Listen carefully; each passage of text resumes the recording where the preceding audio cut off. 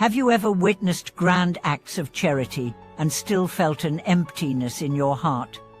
Have you ever poured your energy into elaborate offerings, only to discover that true peace remained elusive? Welcome back to the channel, dear friends. Today, we explore a profound teaching, why the simple, heartfelt utterance of a single Buddha name can outshine the merit of giving away countless treasures across 1,000 worlds.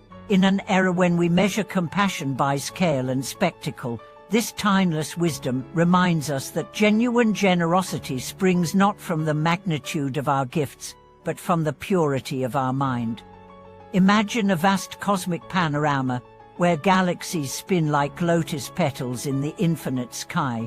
In each galaxy, beings toil and strive, accumulating wealth and power, erecting cathedrals and monuments to declare their achievements. Yet in the final sunset of existence, not even the grandest structure can withstand the passage of time. In contrast, one breath of true devotion, one whispered Namo Amitabha Buddha, resonates beyond all measure, weaving a thread of boundless kindness through every corner of space and heart. The ancient masters likened material offerings to piles of gold grains in the desert. Countless though they may be, each grain is indistinguishable and soon scattered by wind. But a single syllable of sincere recitation is like a living flame, igniting the lamp of wisdom within. As you sound the Buddha's name, your very cells vibrate with compassion. That vibration traverses realms, touching beings unseen, relieving suffering in ways no treasure chest could ever achieve. In the earliest days of Pure Land teachings, a lay disciple named Jian Zen faced loss on every side. His village starved, his family torn by conflict. Yet he embraced the practice of single-minded recitation. In the hush of dawn, he would sit by a barren field and chant with all his heart. Word spread of his radiant calm amidst devastation. Travelers drawn by his serenity found hope and shelter, and soon a small community formed around his practice, sharing its fruits with all who passed. In Junsen's unwavering breath, the Buddha's name became the greatest offering of all. Modern studies illuminate this mystery further. Neuroscience reveals that repetitive, sincere chanting activates the brain's default mode network, the seat of empathy and selfless awareness, far more profoundly than acts of mere physical generosity. Each utterance of Namo Amitabha engages both the left hemisphere's language circuits and the right hemisphere's emotional centers, forging a bridge between thought and feeling. In this union, generosity becomes not an external act, but the very fabric of consciousness. Consider the story of Driver Martinez, a humanitarian surgeon in a war-torn region. Supplies ran short, and patients cried out for relief. In between operations, she found solace in softly reciting the Buddha's name. In the operating theater's hush, each syllable steadied her hand, cleared her mind, and infused her touch with gentle care.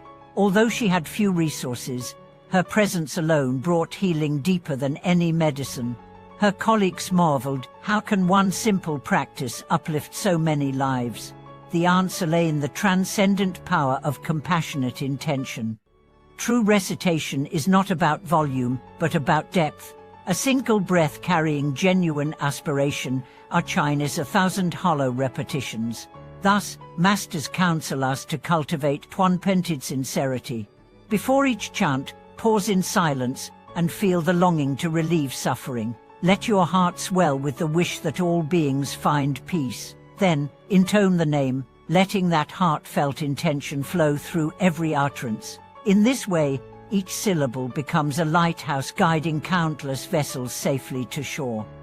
Across centuries and cultures, countless practitioners have testified to this living truth. In medieval Japan, a blind devotee named Keiichi Zaemon recited the Buddha's name day and night.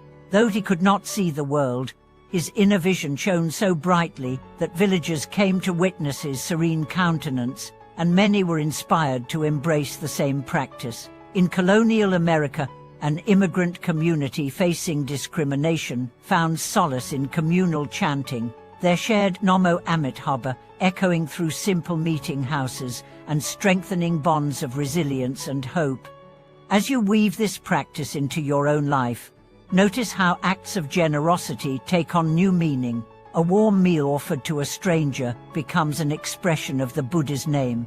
A kind word, a listening ear, a silent prayer all become infinite offerings when rooted in true devotion.